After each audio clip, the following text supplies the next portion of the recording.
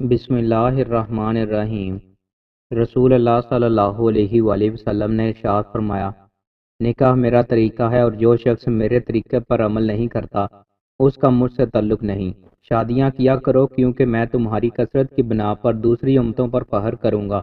جو مالی طور پر استطاعت رکھتا ہو وہ ضرور نکاح کرے، اور جسے رشتہ نہ ملے وہ روزے رکھا کرے کیونکہ روزہ خواہش کو کچل دیتا ہے۔ رسول اللہ صلی اللہ علیہ وآلہ وسلم نے ارشاد فرمایا، جو بھی عورت خوشبو لگا کر لوگوں کے پاس سے گزرتی ہے تاکہ وہ اس کی خوشبو سونگے اور اس کی طرف متوجہ ہوں تو وہ بدکارہ زانیہ ہے۔ رسول اللہ صلی اللہ علیہ وآلہ وسلم نے ارشاد فرمایا، تمہارا اپنے وارثوں کو مالدار چھوڑ کر جانا انہیں غریب و محتاج چھوڑنے سے بہتر ہے کہ وہ لوگوں کے سامنے ہاتھ پھیلاتے پھریں۔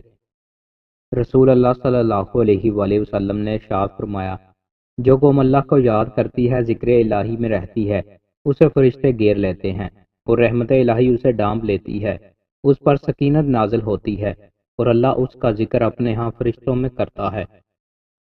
رسول اللہ صلی اللہ علیہ وآلہ وسلم نے ارشاد فرمایا، اللہ کے راستے میں جہاد کرنے والے شخص کا اللہ تعالی ضامن ہے، یہاں تو اسے اپنی رحمت و مغفرت میں ڈانپ لے، یہاں ثواب اور مال غنیمت کے ساتھ اسے گھر واپس کرے۔ اللہ کے راستہ میں جہاد کرنے والے کی مثال نہ تھکنے والے صائم تہجد گزار کی ہے، یہاں تک کہ وہ مجاہد گھر لوٹ آئے۔ رسول اللہ صلی اللہ علیہ وآلہ وسلم نے ارشاد فرمایا، بندہ سجدے کی حالت میں اپنے رب کے انتہائی قریب ہوتا ہے، بس سجدے کی حالت میں زیادہ دعائیں کرو۔ رسول اللہ صلی اللہ علیہ وآلہ وسلم نے ارشاد فرمایا، اللہ کے راستے میں گزرنے والی ایک صبح یا ایک شام دنیا سے اور جو کچھ دنیا میں ہے سب سے بہتر ہے۔ سمندر کی جا کے برابر گناہ معاف۔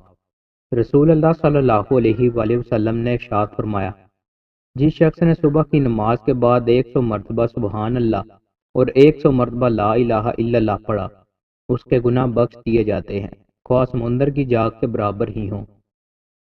دوستوں، مزید اچھی ویڈیوز کے لیے ہمارے چینل کو سبسکرائب لازمی کریں۔ بہت شکریہ۔